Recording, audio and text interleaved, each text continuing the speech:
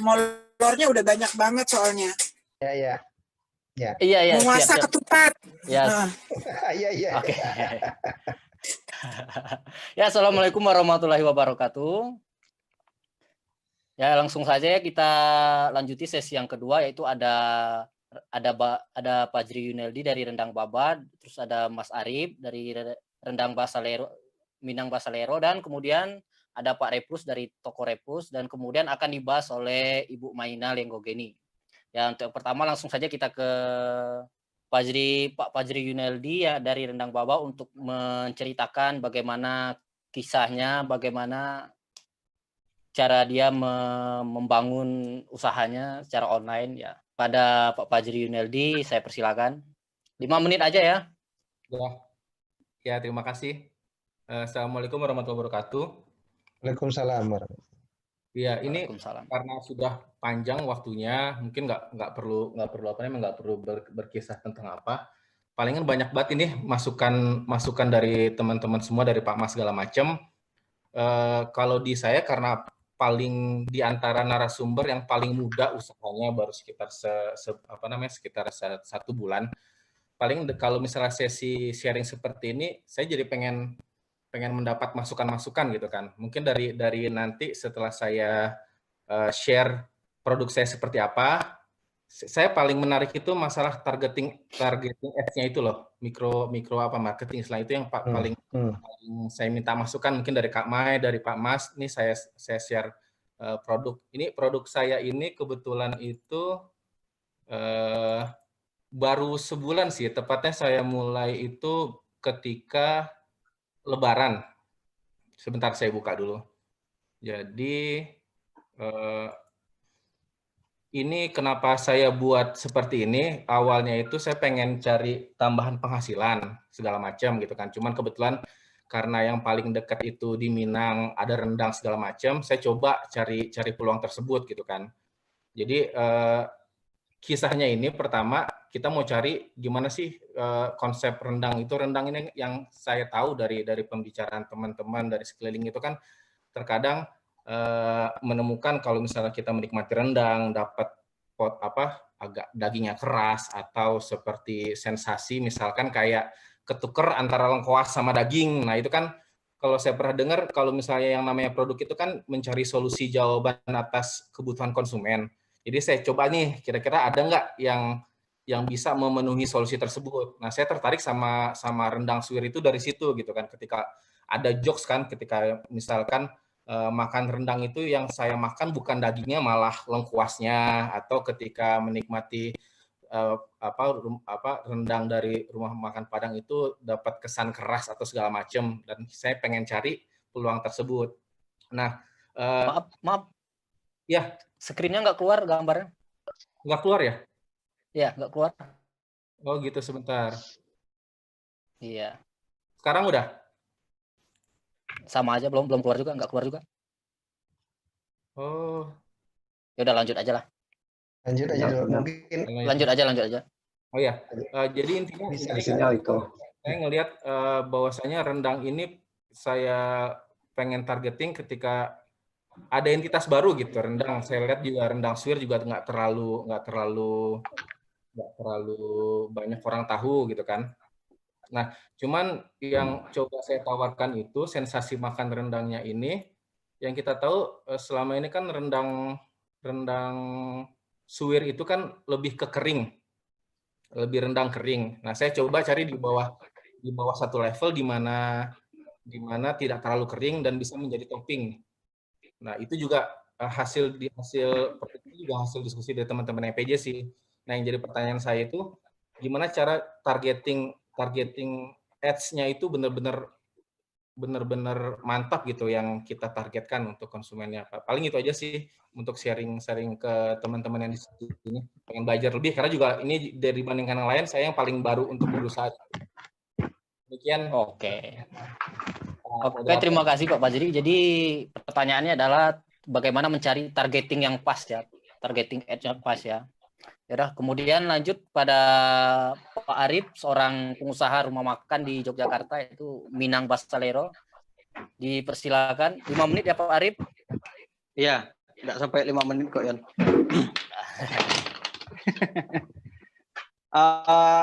Assalamualaikum warahmatullahi wabarakatuh. Selamat sore kepada dunsana semuanya. Sangat menarik ya dari apa yang diobrolkan oleh Bang Sandiaga Uno tadi, dan kemudian dari Pak Mas Rizal dan Bang Andi Rifai. Banyak banget manfaat yang bisa saya dapat. Sebenarnya kalau balik ke belakang, saya tidak ada latar belakang sebagai penjual dagangan online, karena basic saya sebenarnya berawal dari jualan martabak gitu, dan itu langsung ke pembeli gitu. Hal yang menarik yang bisa saya dapat dari penjualan online ini adalah saya berangkat dari ketidakpercayaan orang-orang gitu. Jadi saat saya pernah memaparkan kepada sesama orang Minang bahwa ada resep rendang, saya sekarang jualan rendang online-nya ya, ada resep rendang yang sebenarnya sangat simpel. Yang kalau kita sebut di kampung itu rendang tua. Kalau kita bahasakan ke sekarang itu rendang klasik. Nah, saat saya memaparkan resepnya dengan sangat detail kepada orang-orang Minang, sesama Minang, mereka tidak percaya.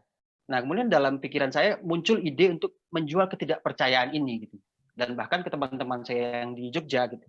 Saya juga memaparkan kepada mereka bahwa ada rendang di mana bumbunya sangat minimalis, tapi rasanya bisa diadu dengan rendang kebanyakan. Nah, dan sedangkan orang Minang saja itu tidak percaya, apalagi teman-teman yang Jawa. Mereka bilang, oh nggak mungkin, karena ada kita sudah lihat resep rendang di mana-mana, ada pemaparannya di televisi, di berbagai media, rendang itu resepnya banyak gitu, dan rempahnya sangat banyak sekali gitu. Nah, saya melihat ada peluang di sini, saya mengejar ketidakpercayaan orang-orang ini gitu. Nah, ini mari saya buktikan gitu. Seolah-olah saya bilang begitu, mari saya buktikan. Kalau teman-teman dan saudara-saudara tidak percaya, saya bikinkan. Kalau enak, silakan pesan lagi gitu.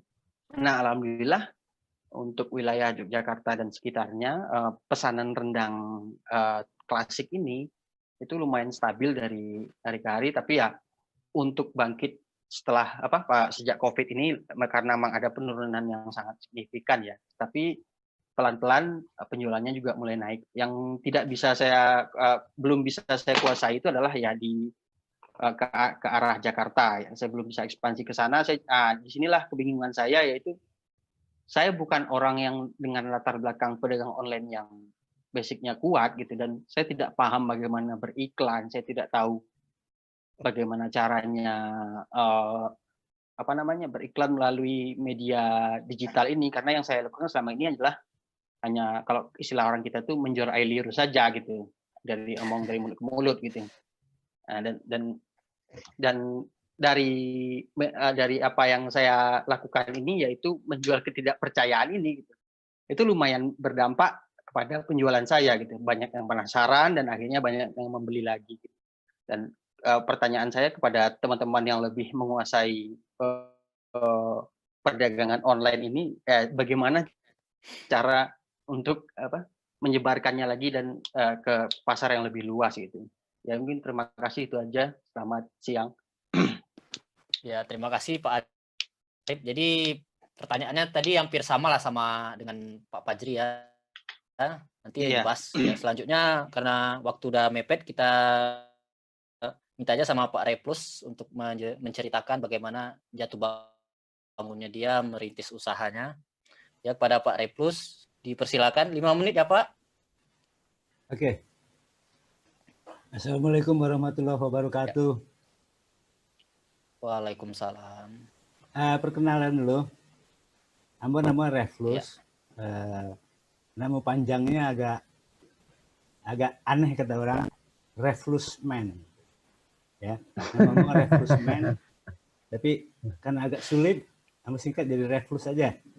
Sekarang usia 63 tahun. Nama pensiun dari bank. Ya. Jadi lah pensiun sekitar 7 tahun. Kini awak badagang, menggaleh, bahasa Padangnya kan. Menggaleh itu sebenarnya nggak sengaja. Jadi ada teman titip barang di rumah, ya kan. Habis itu dia bilang, ya udah jual aja. ya kan? Akhirnya barangnya kami jual, ya kan? Kami jual terus lama-lama ya buka online, ya. Kami mulai itu buka itu sejak Oktober, ya. Barang-barang yang dijual sekarang ada sekitar 280 item, ya kan? Itu produk-produk kebutuhan sehari-hari, ya, produk Unilever, produk P&G, ya, sabun, pokoknya kebutuhan sehari-hari deh. Selama berdagang ini ya banyak hal yang menyenangkan, ya. Menyenangkan kenapa? Karena kami udah pensiun dari kerja, jadi tinggal sekarang duduk-duduk aja di rumah. Jadi rumah itu kami sulap menjadi warung, ya kan? Garasi dijadikan gudang, ya kan? Ada kamar dijadikan gudang, ya. Ya kami ya berjualan ya ada stok, ya. Di rumah itu ada stok. Ya. Dari pengalaman jualan ini sekarang yang dari data yang ada, ya kebetulan kami jualan di Tokopedia, namanya Toko Reflus, sama dengan nama kami sendiri, ya kan?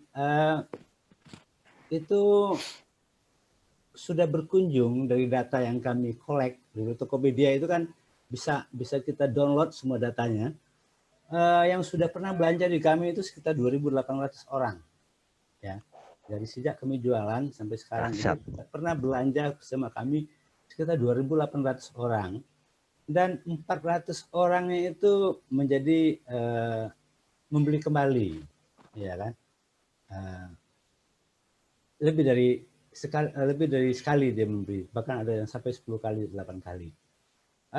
Apa yang kami amati dari berjualan online ini, dari yang pembeli yang tidak datang lagi, ya kan? Ini pengamatan kami sementara, ya kan? Itu memang mereka sangat cenderung mencari harga-harga yang murah, ya kan, harga murah, ya.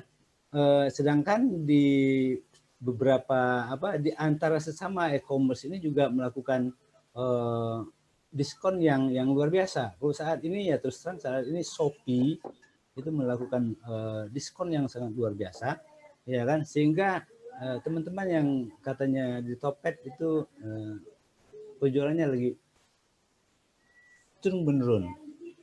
Begitu juga dengan kami dari mulai April, ya kan, April ke sini terus penjualannya terus menurun, ya kan, bahkan sampai 40% turun dari bulan-bulan sebelumnya. Kami mencoba itu menganalisa ini apa sebenarnya yang terjadi, gitu kan. Jadi dari data-data yang ada, ya kan, kami short semua data, ya kan, kami lihat trennya siapa saja orang-orang di bulan April yang kok tidak datang di bulan Mei, kenapa dia tidak datang di bulan Juni. Hal yang seperti itu kami lihat, ya, kami lihat dan kami lakukan ya melakukan komunikasi sama mereka, ya ada apa yang bisa dibantu, ya chatting-chatting seperti itulah. Strategi yang kami lakukan tuh sebenarnya ya sederhana aja, ya. Kita menjaga, bagaimana menjaga hubungan, ya kan. Pertama, tentunya menjaga hubungan dengan Topet ini sendiri, ya kan. Kita kan numpang di sana, ya, numpang di sana, dan di situ ada ketentuan dan persyaratan yang harus kita penuhi sebagai penjual. Terus terang kami pernah melakukan sesuatu, ya kan, istilahnya curang, ya kan. Akhirnya kami demoderasi, seakan-akan hampir ditutup itu akun, ya kan. Topet bilang sama kami, terima kasih Anda telah wah, itu keringat dingin itu, keringat dingin, ya. Jadi pengalaman saya ini saya pesan, ya kan, teman-teman kalau seandainya nanti mau jualan online jangan macam-macam deh, ya, karena si Tokopedia itu mengawasinya bukan orang tapi sistem yang mengawasinya, ya kan. Itu pesan kami, ya kan, jangan macam-macam, ya kan, ikutin aja semua ketentuannya, ya namanya kita numpang, ya kalau namanya numpang ya kita harus ikutin semua ketentuannya. Yang kedua, menjaga langganan, menjaga hubungan baik dengan kurir, ya kan. Kita jangan anggap remeh mereka, ya kan, karena ketergantungan bisnis kita itu termasuk mereka yang apa ya ini sebagai contoh ya, sebagai contoh umpamanya kita udah request Gojek atau Grab instan itu harus cepat ya. Kadang-kadang si kurir ini apa berleha-leha ya kan. Nah, nantinya akhirnya barang kita sampai dengan terlambat di tempat konsumen. Ya, yang seperti itu harus kita perhatikan, dan si Gojek atau si Grab ini ya kita berikan pemahaman sama mereka secara persuasif. Jangan gitu dong, ya kan? Ini kan begini gitu lah. Nah, itu hubungan dengan kurir ya kan.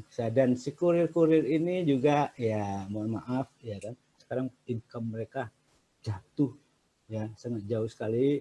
Nggak bisa bawa orang, hanya bisa mengandalkan bawa barang ya, karena kami di rumah ya kan, di rumah tangga sendiri ya, kalau ada kopi ya kasih kopi deh, kalau ada minum kasih minum deh gitu. Itu aja menjaganya.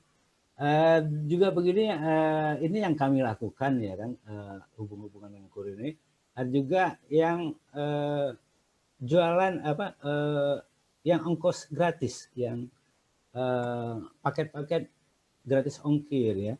Gratis ongkir itu sekarang sudah mencakup seluruh wilayah Indonesia ya kan. Itu kalau di luar Pulau Jawa itu beratnya 1 kilo ya kan, dengan belanja minimal 50.000. Nah, kami merequest ini untuk di pick up itu bisa 3 kali sehari, mulai dari pagi, siang, sore. Nah, ini juga kita jaga ini hubungan baik sama si kurir ini. Alhamdulillah kurir ini ya kan bisa datang ke tempat kami unlimited.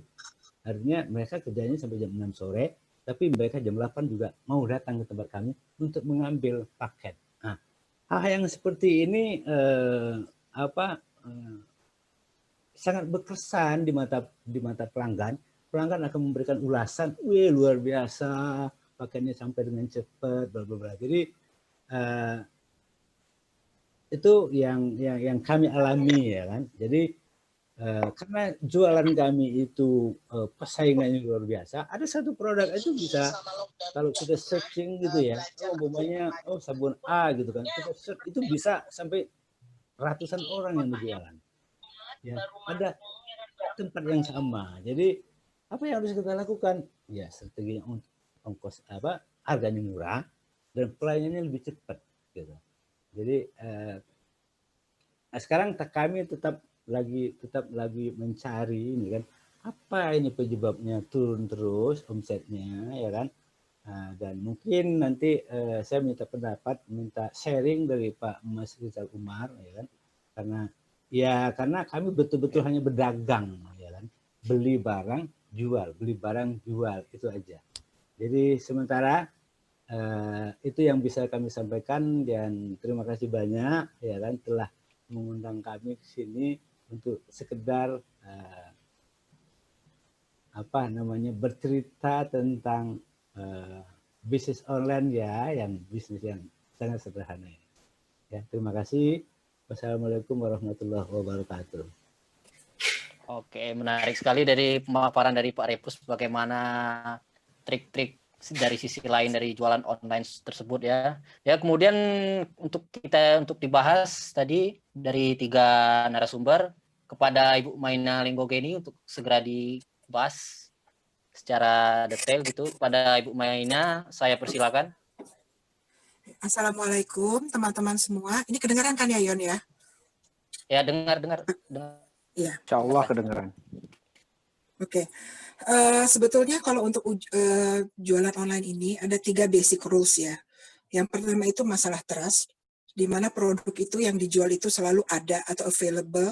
Jangan misalnya kalau di marketplace ada stoknya 10, tapi pas kita udah check out, itu totalnya out of stock atau nggak ada.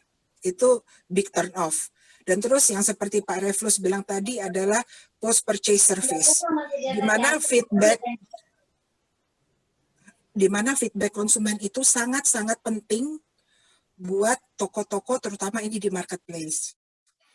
Yang kedua, produknya itu harus selalu ada dan juga unik, yang seperti udah Mas Rial tadi bilang itu unique proposition point-nya itu apa? Apa yang kita jual gitu. Kenapa harus beli di toko kita dan tidak di toko lain? Seperti misalnya kalau storytelling-nya Baba sama Arif tadi, Randang Tuo sama Randang Suwir.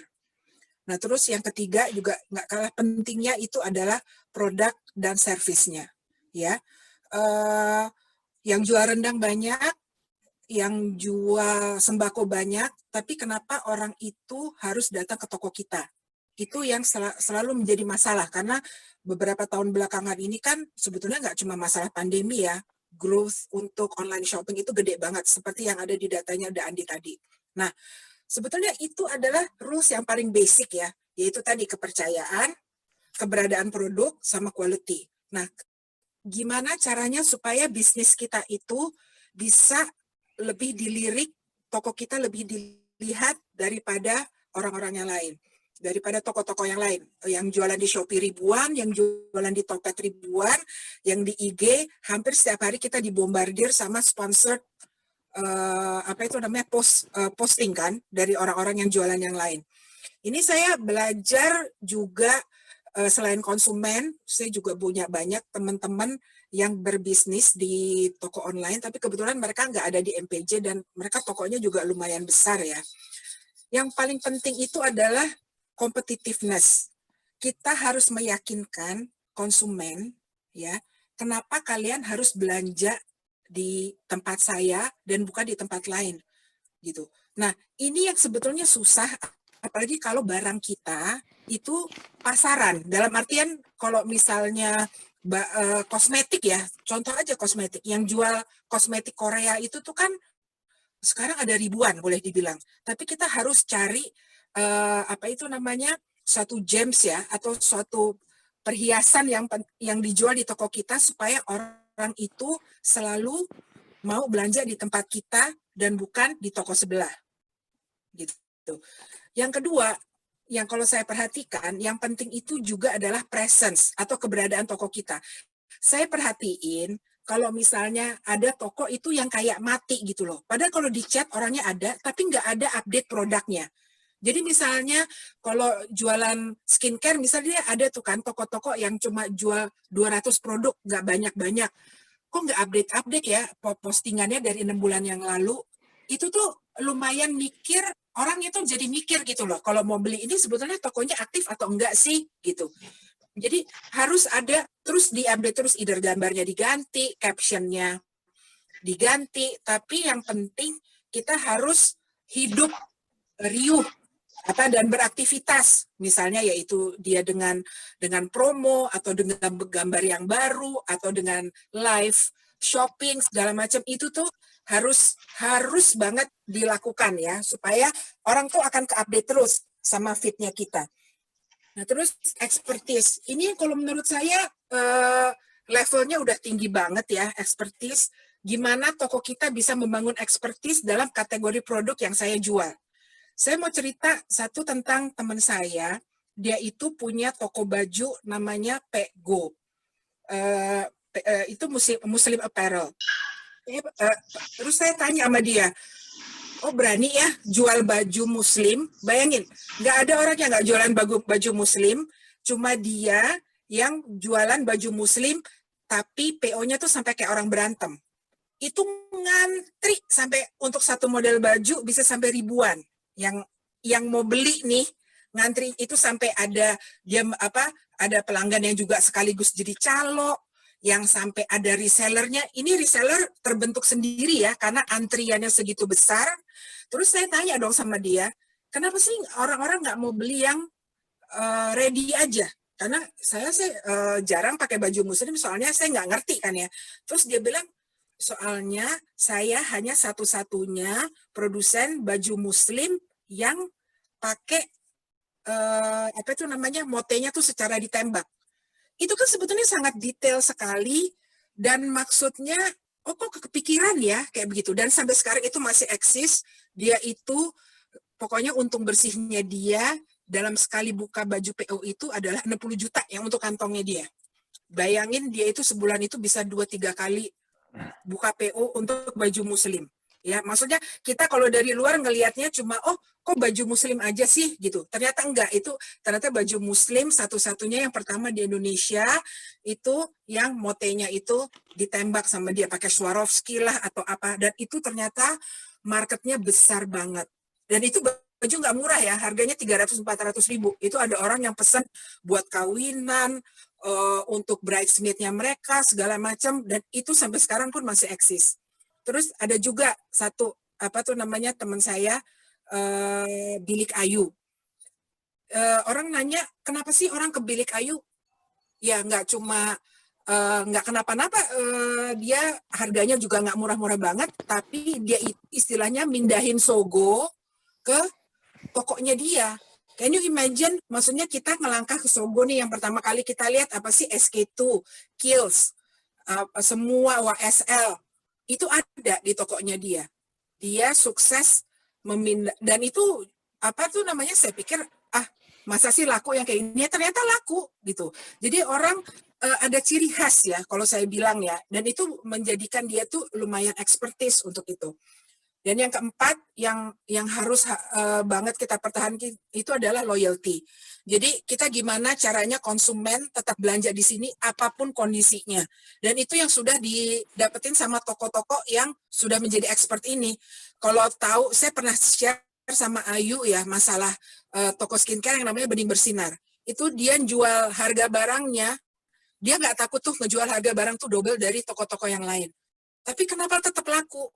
Itu sampai juga ngantrinya kayak orang gila segala macam, ya karena yang beli tuh bisa konsultasi skincare sama yang punya gitu loh. Dan itu dianggap cukup untuk menjustify harga barang yang 2 kali lebih mahal. Dan kita tahu skincare itu nggak murah ya gitu. Jadi misalnya di toko lain kita bisa dapat 200.000, dia bisa jual 500.000, ya tetap aja laku. Nah itu yang sebetulnya istilahnya itu udah sampai levelnya tuh udah luar biasa, dan hopefully teman-teman di sini tuh bisa di situ, karena kalau kita udah nyampe ke level ini kita nggak akan ribut lagi masalah margin atau sustainability gitu, karena emang sudah ada marketnya dan kita bisa hit margin yang gede di situ. Nah sekarang tapi challenge-nya apa ya kalau saya lihat di masalah pandemi itu? Yang pertama itu adalah kita tentukan dulu deh target market kita siapa. Sebetulnya kayak tadi Baba sama Arif nanya, dan di situ aja saya udah jelas target mereka itu siapa ya. Kayak Baba itu, saya ingin cari orang-orang yang nggak mau kerepotan makan rendang karena selalu dianggap keras. Saya ingin cari ibu-ibu yang praktis untuk ngebekalin anaknya sekolah, misalnya seperti itu. Atau ibu-ibu yang nggak ada ide makan lauk, tapi dia bikin nasi goreng, tinggal ditaburin aja di situ.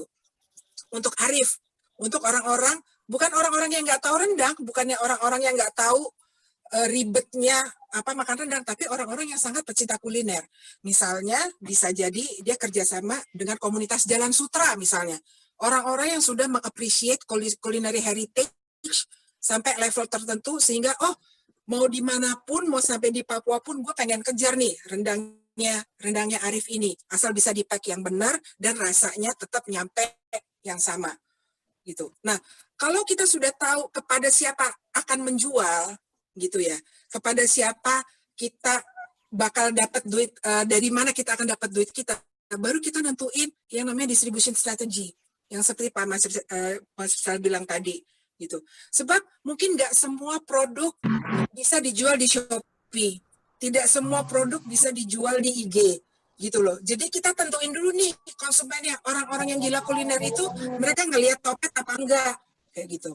Nah kalau dari kita sudah menentukan supply chain kita seperti apa, baru kita bicara packaging, inovasi packaging, mau jual cendol kayak mau jual apapun ya kayak Ayu pun sekarang jualan logam mulia itu ya dia harus kreatif gitu loh, karena suatu saat tokonya besar, dia mungkin akan mengirim di luar dari Jakarta gitu. Asal Ayu udah tahu konsumennya dia tuh siapa. Dan tuh challenge-nya juga adalah masalah healthy margin atau cash flow. Jangan pernah sekali-sekali terjebak dalam price war. Price war itu sesuatu yang sebetulnya Sandi bilang bakar uang ya. Price war itu karena mungkin awal-awal iya, tapi itu adalah sesuatu yang nggak sustainable. Nah, kalau kita aduan murah-murahan harga, akan selalu ada orang yang bisa menjual lebih murah daripada yang kita jual sekarang. Ya, dan yang terakhir itu adalah komitmen.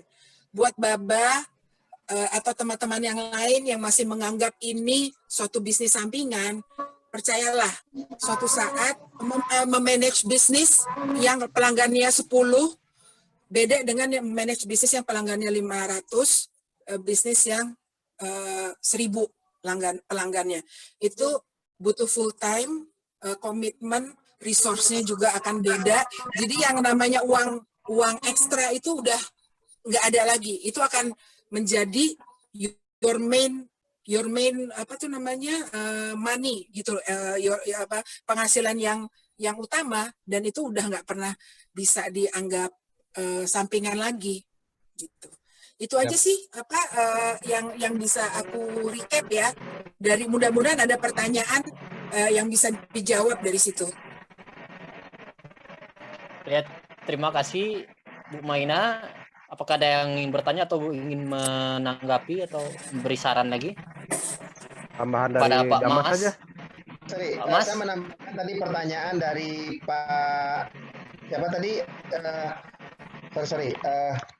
Rendang ya, yang Rendang Fajri ya, sama Pak Arif yang di Jogja. Jadi gini, kalau pertanyaannya bagaimana menyasar target dari sisi digital, tadi Bu Maina secara konsep udah dijelasin, itu siapa customer kita. Jadi kita kalau di dalam marketing itu kita kenal namanya STP ya, Segmenting, Targeting, and Proposition. Jadi positioning maksud saya. Nah, itu kalau bicara digital, ada yang unik kita kalau mau campaign katakanlah di YouTube, di Facebook misalnya, itu kita bicara teritori, bicara umur, bicara jenis kelamin. Nah, yang sangat efektif menurut saya itu ada yang berdasarkan hobi. Jadi misalnya kalau teman-teman nih jualan jualan aksesoris yang Korea misalnya.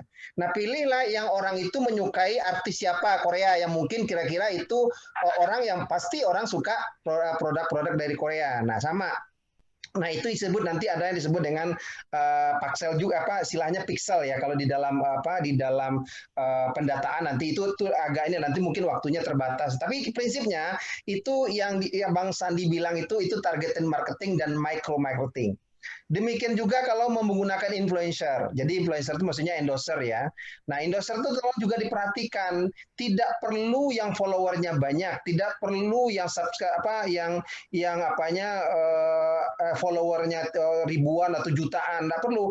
Kita lihat orang ini engagement-nya sama target marketnya atau followernya target market kita atau enggak. Karena percuma juga tadi Bang Sandi bilang kita bayar mahal yang orang followernya, tapi enggak target market kita buat apa? Gitu ya. Itu salah satu tip dari saya kalau mau menggunakan micro influencer atau kalau mau beriklan di menggunakan FB Ads atau IG Ads maksud saya. Nah, itu bisa di-define itu target. Nah, saran saya nggak usah besar-besaran dulu ya, kecil aja dulu. Misalnya targetnya mungkin 200.000 dulu lah.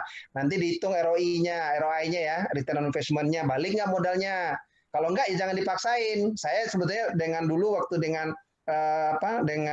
Datuk ya, saya juga cerita yang perlu kita bangun di dalam tadi saya setuju dengan Bu Maina tadi, bisnis kita, toko kita harus selalu update every single days. Tadi saya bilang kalau teman lihat cari daging, saya distributor daging Horeca, insya Allah pasti ketemu saya, itu PT Indomiata. Kenapa?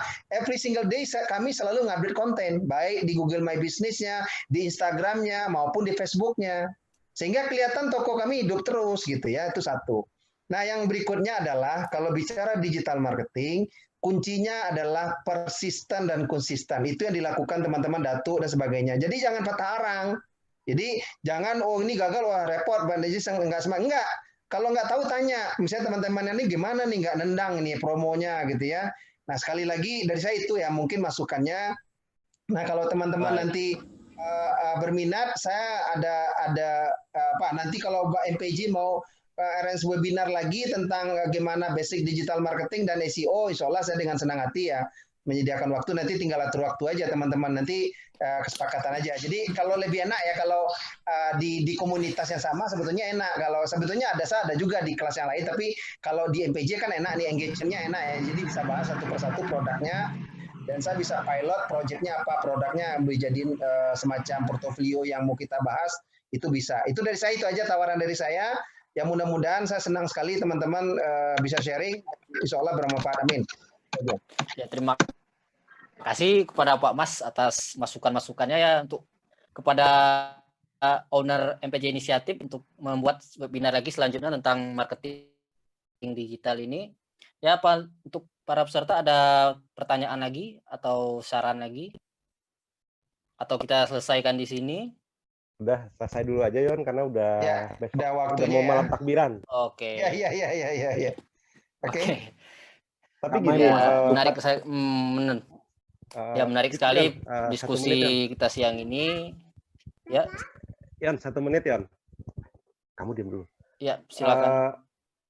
Gini, menarik sih topik kita kali ini. Kita bisa terusin dilanjutin ke yang lain, terutama yang targeting, yang Bang Sandi tadi juga bilang kan. Targeting ads. Ini ada yang ganggu Yon, lanjut aja Yon. Oke. Mungkin nambahin. Oke. Mungkin Ya. mungkin bisa targeting ads atau mungkin bisa jadi bagaimana memulai. Artinya kadang-kadang memang seperti saya cerita tadi, sebenarnya aplikasi itu dirancang untuk bisa digunakan secara mandiri. Tapi kadang-kadang kan tetap ada kegagapan, ada ketakutan, terutama di bagian fitur-fitur yang agak advance gitu. Nah, bisa jadi juga itu gitu. Dan saya yakin misalnya narasumbernya mumpuni, ada Mak Datua, ada bahkan masih ada Pak Reflus.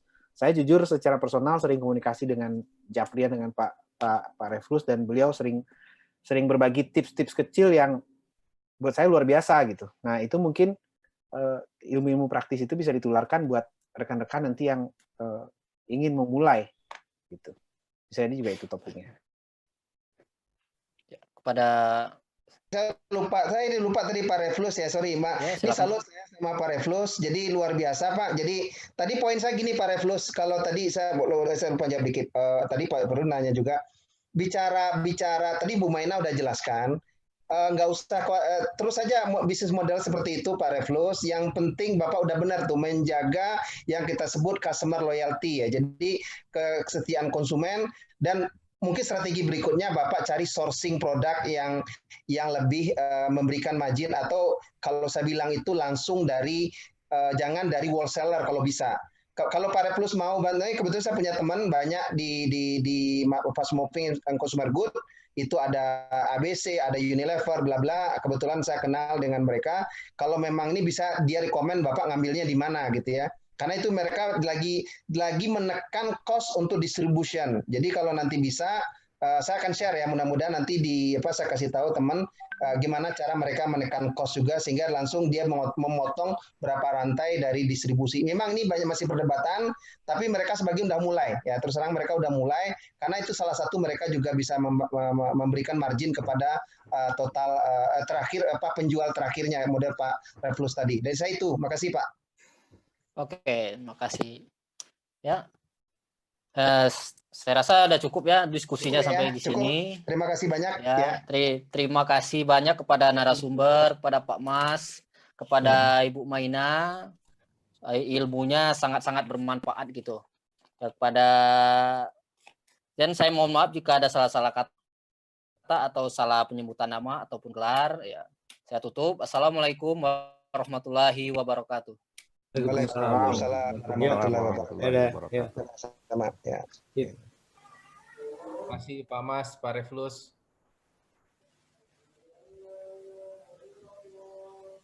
Udah masih salah lah keluar. Awak jadi pulang sore kok? Kampung. Kampung Boto. Laju di kampung leh. Tuh sholat Id di jalan tuh. Lain. Sholat Id di enggak sholat Id lah. Serang dapet. Ditunggu di Padang, Cip. Ragu di Jakarta tambah banyak, terus kantua mundur kan? Kan dari singgah ke Padang, Cip. Lai. Awak mungkin Sabtu Minggu saya kasih junjung Senin Jumat di Padang. Berfi. Internet susah harus Berfi. kan. Kalau jadi Cip singgah Padang, Cip beli nitip randang ya. Jadi. Ya. Nah, selamat. Yep. Kunda nitip, kunda numpang kantua di tempat Darofi jo Akbar. Boleh ya.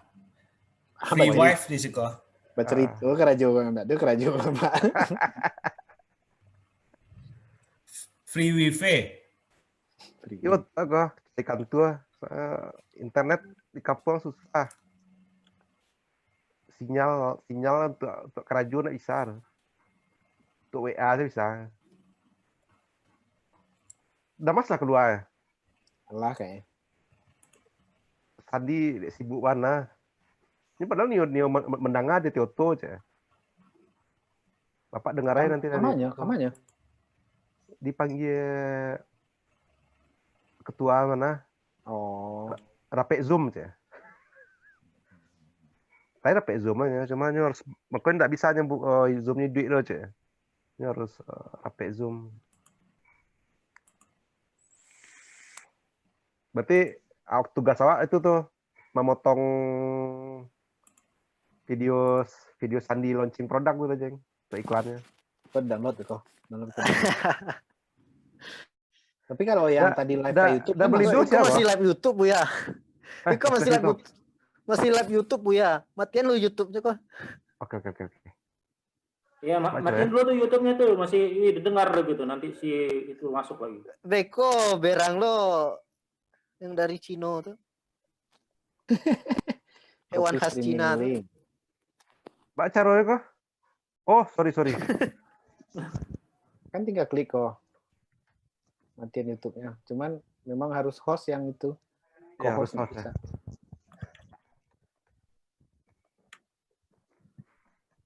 Tapi penyampaian Mas Rizal keren tadi.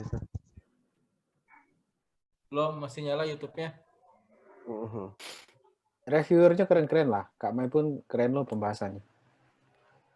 Kayak kuliah tadi.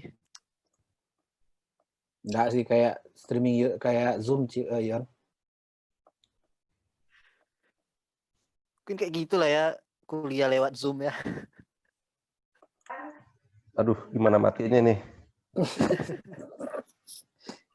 Nah, pindahin ke handphone.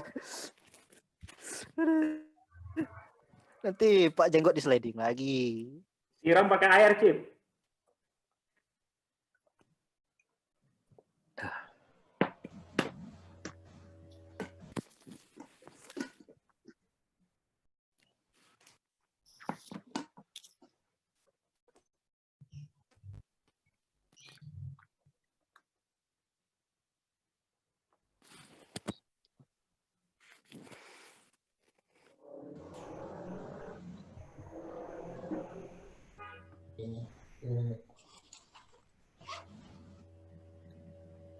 Iko ada dari udah beli do Palembang nanyo tampe konveksi di Jakarta yang recommended. Buat manggalih di Palembang. Konveksi itu apa tuh? Awak baca jenis. Nyomber itu. Iya. Itulah.